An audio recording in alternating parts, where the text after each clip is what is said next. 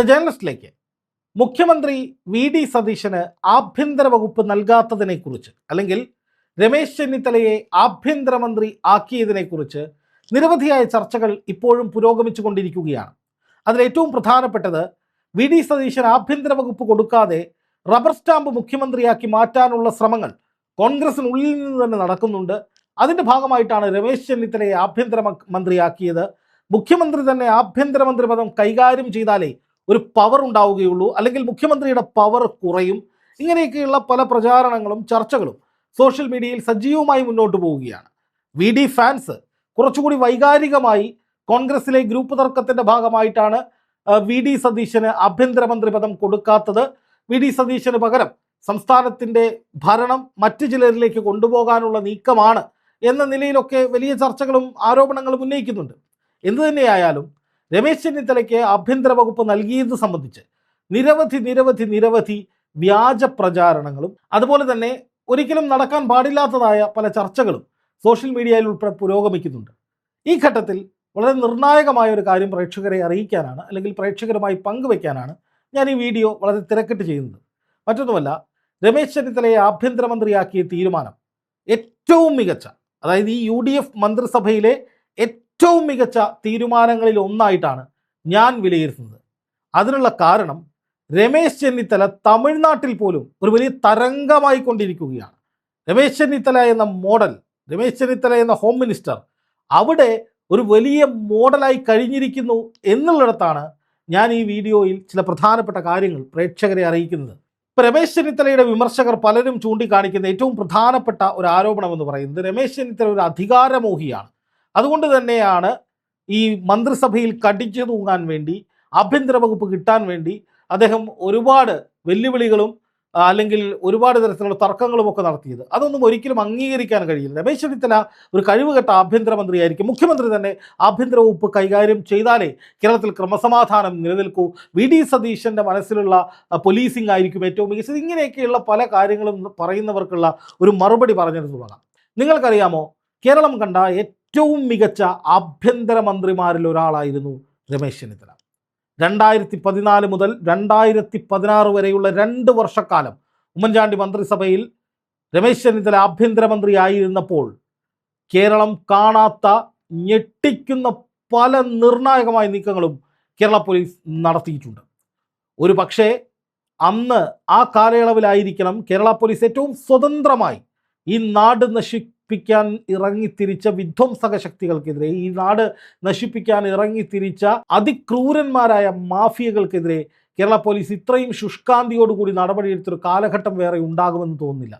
ഇത് തന്നെയാണ് വിജയ് ഇപ്പോൾ തമിഴ്നാട്ടിൽ നടപ്പാക്കിക്കൊണ്ടിരിക്കുന്ന കാര്യങ്ങൾ. അതാണ് ഇത് വളരെ പ്രധാനപ്പെട്ട ഒരു വീഡിയോ ആണെന്ന് ആദ്യമേ പറഞ്ഞത്. അതായത് രമേശ് ചെന്നിത്തല ആഭ്യന്തരമന്ത്രി ആയിരുന്നപ്പോൾ നടപ്പാക്കിയ വിപ്ലവകരമായ കാര്യങ്ങൾ, പല കാര്യങ്ങളും ഈ 2016 കേരളത്തിൽ അവസാനിച്ചു. കേരളത്തിൽ പിന്നെ ആ നടപടികൾ തുടരാനുള്ള ചങ്കൂറ്റമുള്ള ഒരു ആഭ്യന്തരമന്ത്രി ഉണ്ടായിട്ടില്ല. മുഖ്യമന്ത്രി പിണറായി വിജയനാണ് പിന്നീട് വന്നത്. അദ്ദേഹം തന്നെയാണ് ആഭ്യന്തര വകുപ്പ് കൈകാര്യം ചെയ്തത്. നമുക്കറിയാം, മുഖ്യമന്ത്രി പിണറായി വിജയന് കീഴിൽ ഏറ്റവും അധികം പഴി കേട്ടിട്ടുള്ള വകുപ്പ് എന്ന് പറയുന്നത് ആഭ്യന്തര വകുപ്പാണ്. ആഭ്യന്തരമന്ത്രി എന്ന് പറയുന്നത് പിണറായി വിജയനാണ്. അദ്ദേഹം മികച്ചൊരു ആഭ്യന്തരമന്ത്രി ആയിരിക്കാം, പക്ഷേ പരാജിതനായ കഴിവുകെട്ട ഒരു ആഭ്യന്തരമന്ത്രി ആയിരുന്നുവെന്ന് പാർട്ടിക്കുള്ളിലുള്ളവർ പോലും പറയുമെന്നാണ് ഞാൻ വിശ്വസിക്കുന്നത്. കേരളം മുഴുവൻ പറഞ്ഞതാണ്. സംഘപരിവാർ വൽക്കരിക്കപ്പെടുന്ന പോലീസ് എന്നതടക്കം, സാധാരണക്കാരന് മേൽ കുതിര കയറുന്ന പോലീസ് എന്നതടക്കം, ക്രമസമാധാനം നശിച്ച കേരളത്തിൽ ഉത്തരവാദികളായ പോലീസ് എന്നതടക്കം, മദ്യമാഫിയയും മയക്കുമരുന്ന് മാഫിയയും അഴിഞ്ഞാടുന്ന കേരളം എന്ന നിലയിൽ അത് തടയാൻ കഴിയാത്ത കഴിവുകെട്ട പോലീസ് ഫോഴ്സ്, അതിൻ്റെ തലവൻ കഴിവുകെട്ട ആഭ്യന്തരമന്ത്രി പിണറായി വിജയൻ എന്നതടക്കമുള്ള നിരവധി ആരോപണങ്ങൾ ഈ കഴിഞ്ഞ ഒരു പതിറ്റാണ്ട് കാലം പോലീസ് വകുപ്പ് അല്ലെങ്കിൽ ആഭ്യന്തര വകുപ്പ് കേൾപ്പിച്ചിട്ടുണ്ട്, അല്ലെങ്കിൽ ആഭ്യന്തര വകുപ്പിനെതിരെ ഉയർന്നു വന്നിട്ടുണ്ട്. ഈ കാലയളവിലൊക്കെ ഒരു ചങ്കൂറ്റമുള്ള തീരുമാനം പോലീസിൻ്റെ ഭാഗത്തു നിന്ന്, അതായത് പോലീസ് വകുപ്പിൻ്റെ ഭാഗത്തു നിന്ന് എടുക്കപ്പെട്ടിട്ടില്ല എന്നുള്ളതാണ് നമ്മൾ കാണേണ്ട ഏറ്റവും പ്രധാനപ്പെട്ട കാര്യം. പക്ഷേ രമേശ് ചെന്നിത്തല ആഭ്യന്തരമന്ത്രിയായിരുന്ന കാലത്ത് ഈ നാട്ടിൽ ഒരുപാട് വിപ്ലവങ്ങളുണ്ടായിരുന്നു. രമേശ് ചെന്നിത്തലയുടെ മനസ്സിലുള്ള ഒരു വലിയ പ്രൊജക്റ്റ് ഉണ്ട്. അതാണ് ഇപ്പോൾ തമിഴ്നാട് CM, തമിഴ്നാട്ടിലെ ആഭ്യന്തരമന്ത്രി വിജയ് അധികാരത്തിലേറിയപാടെ നടപ്പാക്കുന്നത് എന്ന് നിങ്ങൾ എത്ര പേർക്കറിയാം? ഞാനൊരു ഉദാഹരണം കാണിക്കാം. വിക്കിപീഡിയയിലേക്ക് പോകാം. നോക്കൂ, 2016 സംഭവിച്ച ഓപ്പറേഷൻ കുബേര, അതായത് നമ്മുടെ നാട്ടിൽ കൊള്ളപ്പലിശക്കാർ, വട്ടിപ്പലിശക്കാർ, കൊട്ടേഷൻകാരെ, ഗുണ്ടാ സംഘങ്ങളെ വെച്ചുകൊണ്ട് സാധാരണക്കാരായ കുടുംബങ്ങളെ, സാധാരണക്കാരായ മനുഷ്യരെ അതിക്രൂരമായി പിച്ച് ചീന്തിയിരുന്ന, പിടിച്ചു പറിച്ചിരുന്നൊരു കാലമുണ്ടായിരുന്നു. അതായത് എല്ലാ നിയമങ്ങളെയും ലംഘിച്ചുകൊണ്ട് കയ്യിൽ കാശുള്ളവൻ കൊള്ളപ്പലിശയ്ക്ക് പാവപ്പെട്ട സാധാരണക്കാരെ ട്രാപ്പ് ചെയ്ത് പണം കൊടുത്ത്, പലിശയ്ക്ക് കൊടുത്ത്, ആ പലിശയ്ക്ക് പണം വാങ്ങിച്ചു എന്ന തെറ്റിൻ്റെ പേരിൽ ജീവിതാവസാനം മുഴുവൻ നരകയാതനവും അവഹേളനവും ഭീഷണികളും ഏറ്റുവാങ്ങാൻ വിധിക്കപ്പെട്ട സാധാരണക്കാർ ഒരുപാടെന്ന് നമ്മുടെ നാട്ടിലുണ്ടായിരുന്നു. അവരുടെ കിടപ്പാടം ഈ കൊള്ളപ്പലിശക്കാരുടെ കയ്യിലായിരിക്കും. ഇതിൻ്റെ പേരിൽ കൊള്ളപ്പലിശക്കാരുടെ പീഡനം ഏറ്റുവാങ്ങാൻ കഴിയാതെ ആത്മഹത്യ ചെയ്ത ഒരുപാട് പേർ നമുക്കിടയിലുണ്ടായിരുന്നു ആ കാലഘട്ടത്തിൽ. അന്നാണ് രമേശ് ചെന്നിത്തല ഓപ്പറേഷൻ കുബേര കൊണ്ടുവരുന്നത്. എന്തായിരുന്നു ഓപ്പറേഷൻ കുബേര എന്ന് അറിയാത്തവരുടെ അറിവിലേക്കായിട്ട് ഞാൻ കാണിക്കാം. വിക്കിപീഡിയയിൽ വന്നിട്ടുണ്ട്, പല മാധ്യമങ്ങളിലും വന്നിട്ടുള്ളതിൻ്റെ ഒരു സംക്ഷിപ്ത രൂപം. Operation Kubera was A major state wide crack down on illegal exorbitant money lending, the Blade Mafia, and loan sharks in Kerala, spearheaded by Ramesh Chennithala during his tenure as the state's home minister. അതാണ് അതിൻ്റെ തുടക്കം.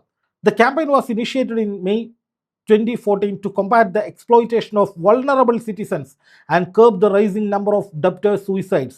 Key phases of the operation include NDTV അടക്കം report ചെയ്തിട്ടുള്ള കാര്യമാണ് ഇതിൽ പറയുന്നത്. Aggressive enforcement. The Kerala police conducted mass raids across the state, seizing crores in unaccounted cash, blank checks, property documents, and promissory notes. Thousands of cases were registered, leading to hundreds of arrests.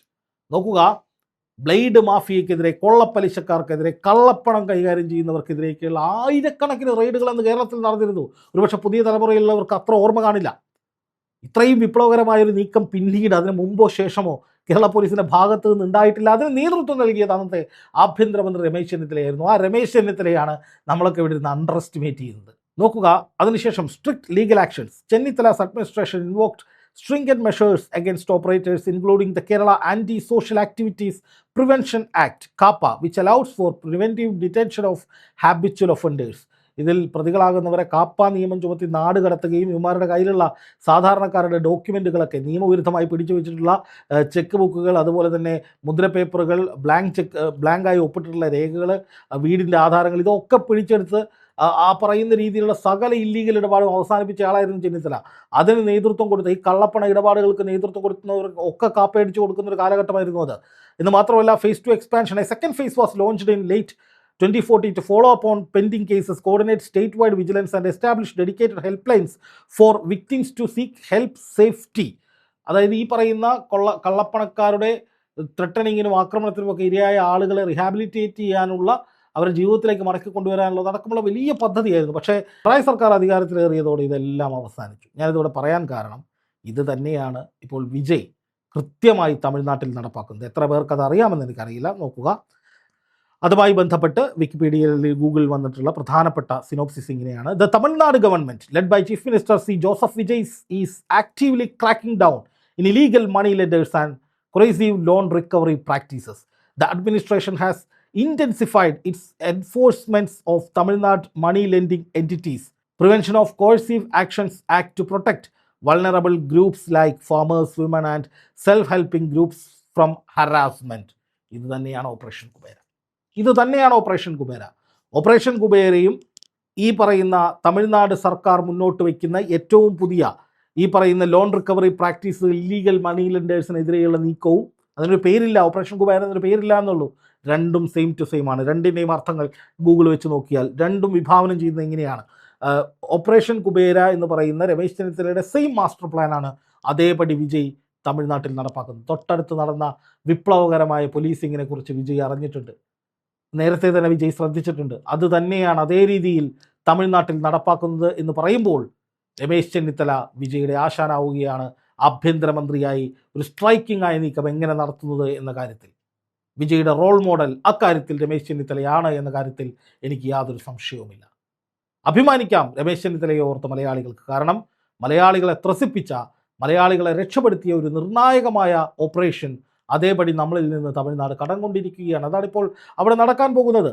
അവിടെയും ഈ പറയുന്നത് പോലെ കേരളത്തിൽ operation Kubera നടത്തിയതുപോലെയുള്ള നിരവധി ആയിട്ടുള്ള കാര്യങ്ങൾ, അതായത് തട്ടിയെടുത്തിട്ടുള്ള documents പിടിച്ചെടുത്ത് പാവങ്ങൾക്ക് കൊടുക്കുക, അതുപോലെ തന്നെ അവരിൽ നിന്ന് അവരെ ഭീഷണിപ്പെടുത്തുകയും ആത്മഹത്യയിലേക്ക് നയിക്കുകയും ചെയ്യുന്ന ഗുണ്ടാ പ്രവർത്തനങ്ങൾക്ക് നിയന്ത്രണം ഏർപ്പെടുത്തുക തുടങ്ങി പല കാര്യങ്ങളും ഓപ്പറേഷൻ കുബേര തന്നെയാണ് തമിഴ്നാട്ടിൽ നടപ്പാക്കുന്നത്. ഇപ്പോൾ വിജയ് തന്നെ പല സിനിമകളിലും ഇത്തരം കള്ളപ്പണ മാഫിയകൾക്കെതിരെ ശക്തമായി ആഞ്ഞടിക്കുന്ന കഥാപാത്രങ്ങളായിട്ടുണ്ട്.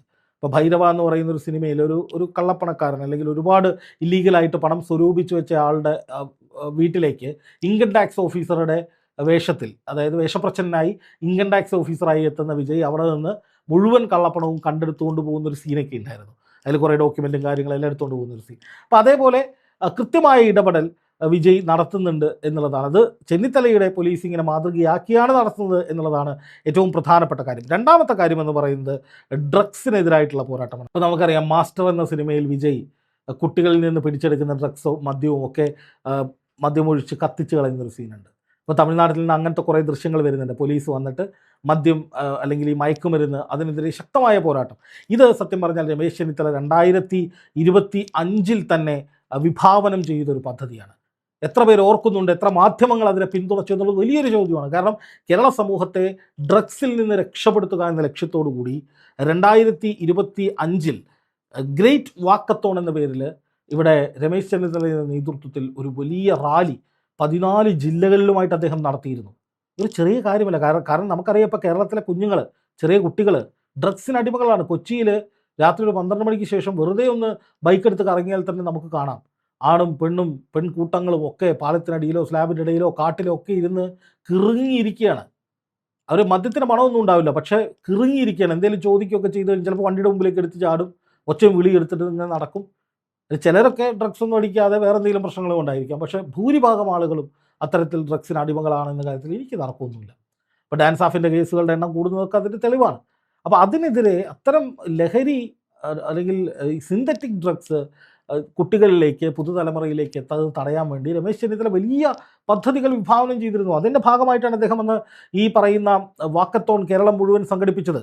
ആയിരക്കണക്കിന് പേര് കാൽനടയാത്രയായി പങ്കെടുത്തു. 2025 നവംബർ 5-നാണ് ഇത് അവസാനിക്കുന്നത്. അപ്പോൾ ആ യാത്രയിൽ ഉടനീളം വാക്ക് അഗൻസ്റ്റ് ഡ്രഗ്സ് എന്ന് പറഞ്ഞിട്ട് രമേശ് ചെന്നിത്തല മുന്നോട്ട് വെച്ച ആ സ്വപ്നം എന്ന് പറയുന്നത് ഓരോ നാട്ടിലും പോലീസ് സ്റ്റേഷനുകൾ കേന്ദ്രീകരിച്ചും ജനകീയ കൂട്ടായ്മകൾ കേന്ദ്രീകരിച്ചും ഈ പറയുന്ന ഡ്രഗ്സിൻ്റെ സപ്ലൈ ചെയിൻ തടയുന്നതിനുള്ള നടപടികൾ വേണമെന്നുള്ളതായിരുന്നു. ലഹരിക്കെതിരായ പോരാട്ടം വീടുകളിൽ നിന്ന് തുടങ്ങണം, തെരുവുകളിൽ നിന്ന് തുടങ്ങണം. അതുപോലെ തന്നെ ചെറിയ ചെറിയ മേഖലകളിൽ ഓരോരോ ചെറിയ ഗ്രൂപ്പുകളായി തിരിഞ്ഞുകൊണ്ട് ആളുകൾ ഈ ലഹരിക്കെതിരെ പോരാടണം എന്നുള്ള ഒരു വലിയ പ്രൊജക്റ്റായിരുന്നു അദ്ദേഹം വിഭാവനം ചെയ്തത്. അപ്പോൾ ആ ഒരു പ്രൊജക്റ്റ് തന്നെയാണ് വിജയ് ഇപ്പോൾ അവിടെ ഇംപ്ലിമെൻ്റ് ചെയ്തിരിക്കുന്നത് എന്നുള്ളതാണ് നമ്മൾ പറയേണ്ട ഏറ്റവും പ്രധാനപ്പെട്ട കാര്യം. നോക്കുക, Tamil Nadu chief minister C Joseph Vijay's government has declared a strict war on narcotics. അതായത് ലഹരിക്കെതിരായി യുദ്ധം. ഇതുതന്നെയാണ് വാക്ക് എഗൻസ്റ്റ് ഡ്രഗ്സ് എന്ന പേരിൽ ലഹരി മാഫിയയ്ക്കെതിരെ സമൂഹത്തെ ഒന്നിപ്പിക്കുക എന്ന ലക്ഷ്യത്തോടെ രമേശ് ചെന്നിത്തല നടത്തിയ ലഹരി വിരുദ്ധ യാത്ര. ഇത് ലഹരി വിരുദ്ധ യാത്ര ജനങ്ങളെ മുഴുവൻ കോർഡിനേറ്റ് ചെയ്യുന്നു. തമിഴ്നാട്ടിൽ വിജയ് അത് ലഹരിക്കെതിരായ യുദ്ധം ജനങ്ങളെ മുഴുവൻ കോർഡിനേറ്റ് ചെയ്യുന്നു. ചെന്നിത്തലയുടെ അതേ ആശയം തന്നെയാണ് വിജയ് തമിഴ്നാട്ടിൽ ഇപ്പോൾ നടപ്പാക്കിയിരിക്കുന്നത്. ഇത് തെറ്റാണെന്നല്ല പറഞ്ഞത്, ശരിയായ മാർഗമാണ്. പക്ഷേ നമ്മുടെ ആഭ്യന്തരമന്ത്രിയെ കുറച്ച് കാണുന്നവർ, നമ്മുടെ ആഭ്യന്തരമന്ത്രി ഗ്രൂപ്പിസത്തിൻ്റെ ഭാഗമായി അല്ലെങ്കിൽ ഈ പറയുന്ന അധികാരം പിടിച്ചെടുക്കുക, അധികാര മോഹത്തിൻ്റെ ഭാഗമായി ആഭ്യന്തരമന്ത്രി ആയതാണ് അല്ലെങ്കിൽ അങ്ങനെ ആക്കിയതാണ് എന്ന ധാരണ ആരെങ്കിലും മനസ്സിൽ വെച്ച് പുലർത്തുന്നുണ്ടെങ്കിൽ അവർക്ക് വേണ്ടി പറയുകയാണ്, നമ്മുടെ ആഭ്യന്തരമന്ത്രി, നമ്മുടെ പ്രിയപ്പെട്ട ആഭ്യന്തരമന്ത്രി രമേശ് ചെന്നിത്തല വിജയുടെ പോലും റോൾ മോഡലാണ്.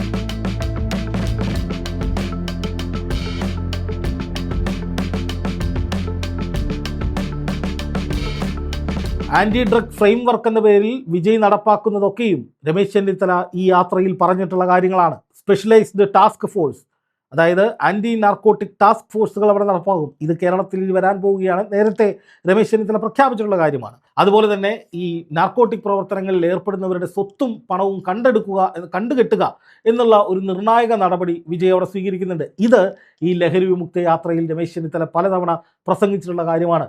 അതായത് ഇങ്ങനെ കടുത്ത നിയമം വേണം, എങ്കിലേ കൃത്യമായ ആളുകളിൽ നിന്ന് പിന്തിരിയൂ എന്നുള്ളത്. 7 പോയിന്റ് സ്ട്രാറ്റജി എന്ന് പറഞ്ഞുകൊണ്ട് ആളുകളെ, ലഹരി ഉപയോഗിക്കുന്നവരെ സർവൈലൻസിൽ നിർത്താനും ജനകീയ കൂട്ടായ്മകൾ രൂപീകരിച്ച് അവരെ കൃത്യമായി ടാർഗറ്റ് ചെയ്യാനും, ആളുകൾക്ക് എങ്ങനെയാണ് ഇത് കിട്ടുന്നത്, ആളുകൾക്ക് ആരൊക്കെ എത്തിച്ചു കൊടുക്കുന്നു, ഡിജിറ്റൽ പ്ലാറ്റ്ഫോമിലൂടെ എങ്ങനെയാണ് ഇത് സർക്കുലേറ്റ് ചെയ്യാനുള്ള കോഡുകൾ പോകുന്നത്, ആളുകൾ എങ്ങനെയാണ് ഇതിന് പണം കൊടുക്കുന്നത്, ഇങ്ങനെ പല പല കാര്യങ്ങളും ഉൾപ്പെടുന്ന സമൂഹം കൂടി ഉത്തരവാദിത്തം ഏറ്റുകൊണ്ടുള്ള ഒരു വലിയ നിരീക്ഷണ നെറ്റ്വർക്ക് വേണമെന്ന് വിജയ് പറയുന്നുണ്ട്. രമേശ് ചെന്നിത്തല നേരത്തെ ഇവിടെ ഇംപ്ലിമെൻ്റ് ചെയ്യാൻ വേണ്ടി, അത് അദ്ദേഹം മന്ത്രിയല്ല, അദ്ദേഹം പ്രതിപക്ഷത്തിരിക്കുകയാണ്, പക്ഷെ അപ്പോഴും അദ്ദേഹം പറഞ്ഞിട്ടുള്ള കാര്യമാണ്. അപ്പോൾ രമേശ് ചെന്നിത്തലയുടെ രണ്ട് പ്രധാനപ്പെട്ട വിപ്ലവങ്ങൾ, ഒന്ന് നടപ്പാക്കിയതും ഒന്ന് നടപ്പാക്കാനായി അദ്ദേഹം തയ്യാറാക്കി വെച്ചിട്ടുള്ളതുമായ രണ്ട് വിപ്ലവ പദ്ധതികളാണ് തമിഴ്നാട് CM ജോസഫ് വിജയ് നടപ്പാക്കി തെളിയിച്ചത്. അത് തന്നെ കേരളത്തിൽ ആവർത്തിക്കും. രമേശ് ചെന്നിത്തലയും അത് നടപ്പാക്കും. അങ്ങനെ വന്നാൽ കേരളം സുന്ദര സ്വർഗനാടായി മാറാൻ അധികകാലം വേണ്ട എന്ന് തന്നെ പറയേണ്ടിയും വരും.